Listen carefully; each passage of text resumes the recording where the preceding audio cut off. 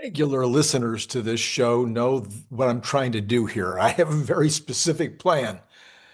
I want to be asymmetric with regard to my understanding of what's happening with Tesla and or SpaceX and or other things related to Elon Musk.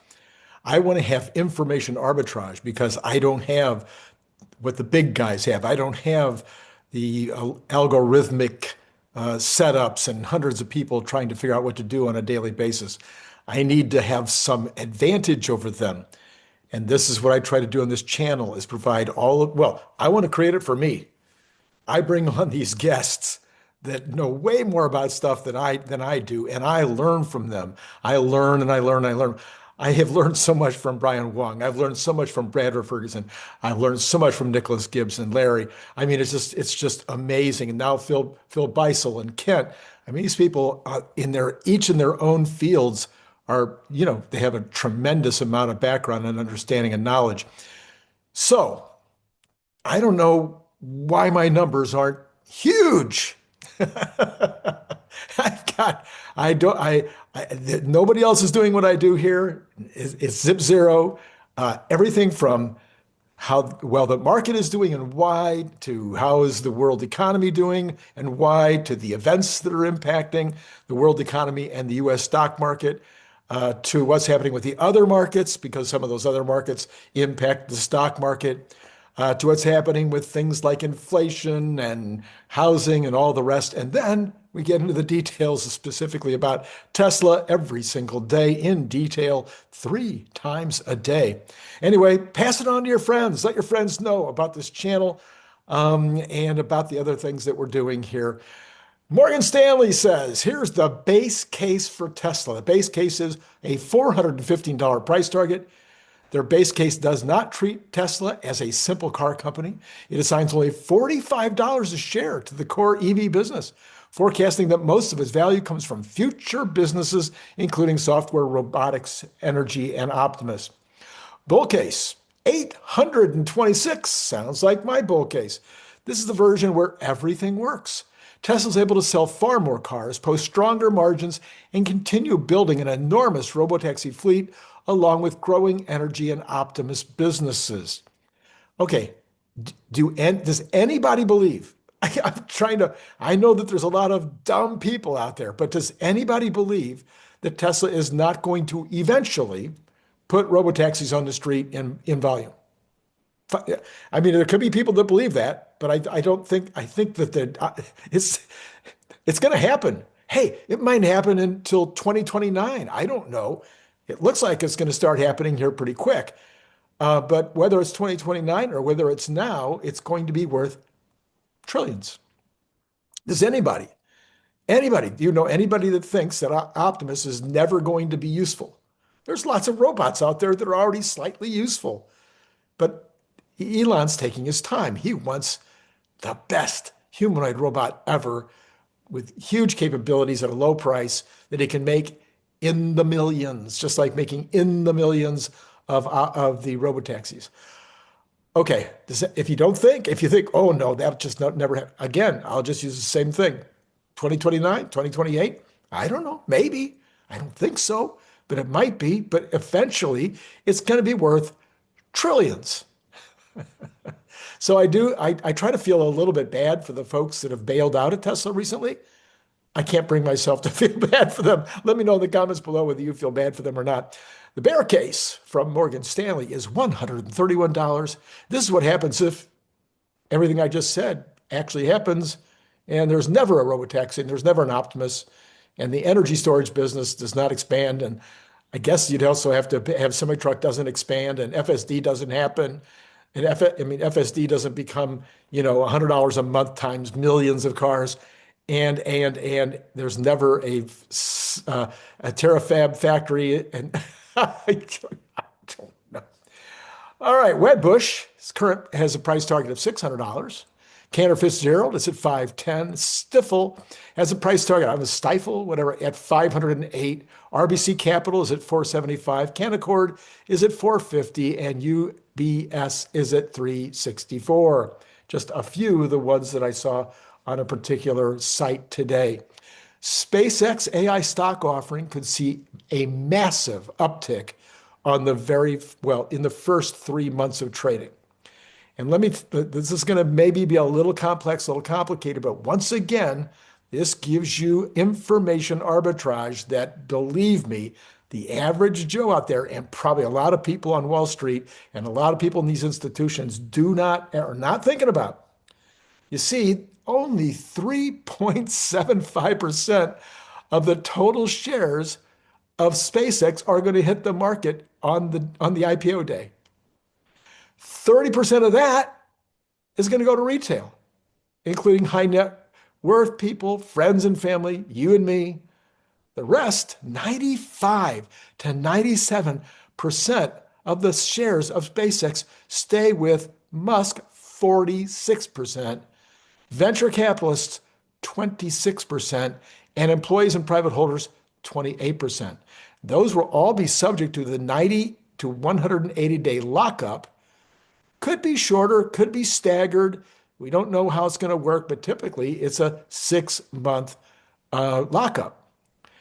NASDAQ's fast track rule, 15 trading days for mega caps, and the proposed S&P 500 adjustment to 15 days for the mega caps before they're on the listed could trigger inclusion well before these major unlocks, well before the major unlocks.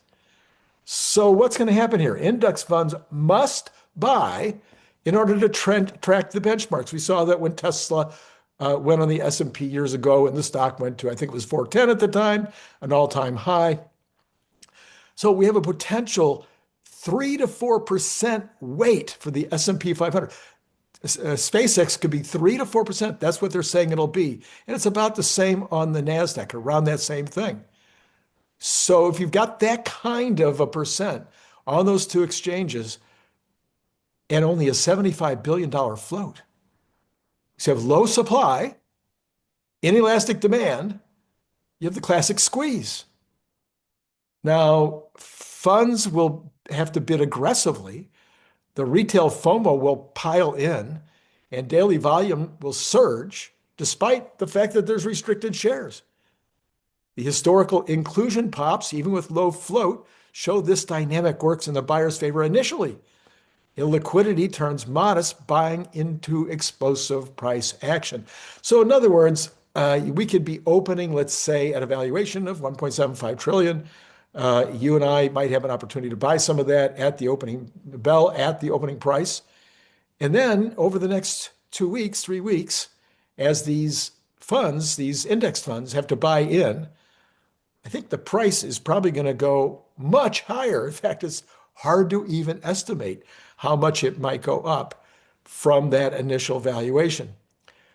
Then 15 days, after that 15 days, maybe around 3 months, maybe phased in, maybe not until 6 months, all those other people that are, holding the stock because they have to, they're not allowed to sell, all those other people will start to come to market. Now, some of them might want to trim. Some of them might say, hey, I've been holding the stock for a long time. I'd like to take some of it off the table. And so this could start to balance things out, but maybe not. Maybe these people will be like, no, I know where SpaceX is going. They're gonna merge with Tesla and make this massive company. Maybe they're gonna bring Boring Company into the fold too, because Boring Company fits right in. And this is gonna be, $100 to $200 trillion company. That's what many people are saying. So we'll see what happens, but I think you should be aware of that. You're not going to hear it on anybody else's channel. Nobody else is going to talk about this, only here. Oh, what channel is this? Oh, Randy Kirk. And this particular day, the show is going to be brought to you by what should I bring up? I think we'll do it by Brian Wang today, because he was on, and he'll be on again tomorrow morning. And Brian wants to talk to you, or at least he's willing to talk. I think he wants to talk to you.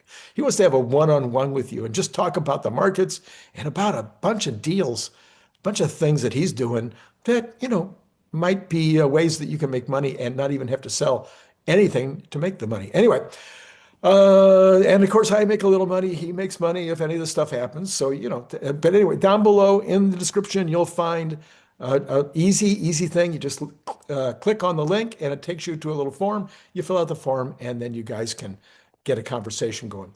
Tom Lee, who is, of course, the head of FundStrat Global Advisors, has outlined a joy, depression, and rally, or up, down, up outlook for the S&P 500 in 2026. His current view, as of mid to late April, includes recent CNBC appearances and his April webinar. Near-term recovery to around 7,300. So he's expecting the stock market is going to go up to around 7,300 from, I don't know, what was it the other day, 7,130, 7,140. So it's going to go up another few percent. And then he says after that, there is going to be a big drop, a 15 to 20% sell-off correction. It'll even feel like a bear market later in the year. He doesn't say when. He just said likely to be mid to late 2026. Maybe it's the Fed chair transition. It could be the midterms. It could be something else that's going on that we can't expect. But that's what he thinks is going to happen. Now, that is not a lot for me to go on. It's like if I'm going to be betting anything about that potential of a 15 to 20% dip later in the year, I'd like to have him say, well, here's why. Anyway, there's a strong V-shaped recovery after that into the year end, pushing towards all-time highs.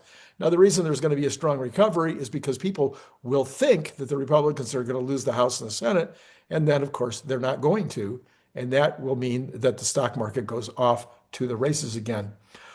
Why does Tom Lee expect this sequence? Lee bases this on a mix of historical patterns, technical aspects that he follows very carefully, and macro fundamentals. And he believes that overall it's a bull market, and we're going to end up, I think he's talking about, at 7,700 on the S&P. So we will see what happens on that, whether he gets this one right. Lee views the upcoming dip right now as a buying opportunity rather than as a reason to go defensive long term. He remains very bullish on the 18 to 24 month horizon ahead, saying it's probably going to be the best economy, the best stock market in history over the next 18 months. He's noted that this path isn't linear. Investors should position themselves for volatility with diversified exposure rather than trying to perfectly time the bottom. Now, once again, if we kind of put the bookends on this particular broadcast, Tesla and SpaceX will be impacted by the macro. There's no doubt about it. But both of these stocks, as multiple people have said, wait a minute, we don't want to merge with Tesla with SpaceX because Tesla is ready to break out. They're going to go crazy. And I agree with that. They're going to. But guess what? So is SpaceX. And if you didn't watch Brian Wang yesterday, when he was talking about the numbers on SpaceX, you should go back and look at that. I'll put that card up here. Then, if you didn't watch my previous shows today, with in the morning with Cern Basher. Now you're looking at the headline or the title on the Cern Basher thing, and you're going, oh, I already know everything about what happened at the earnings call on Wednesday. I've already heard it all. I've got all the information I need. Oh, really? You're going to go back and listen to what Cern Basher had to say in part 2 of our discussion of the earnings call. And I think you're going to want to see that. So there'll be a card for that. Not necessarily when I say so, because I don't go back and do that much detail. And then thirdly, just a little while ago, I did a show with Phil Beisel, and Phil was talking about what's going to happen with robotaxi and what's going to happen with cybercam.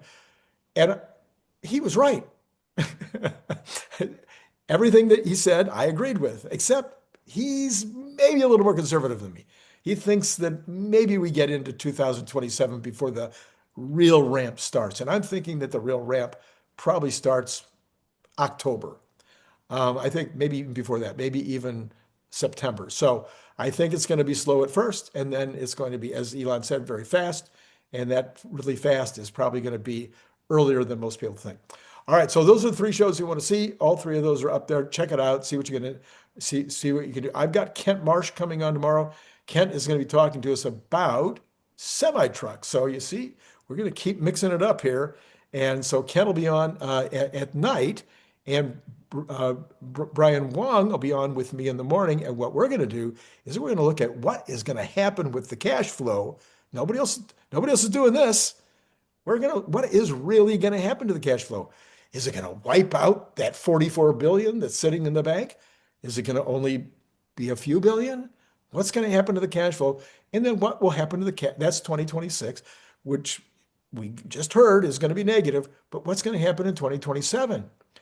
All of that will be on first thing when I say first thing, around 9 o'clock tomorrow morning, California time, followed by my regular Monday morning program, which of course is on Sunday night, where we talk about all the earnings calls that are coming up. We talk about all of the,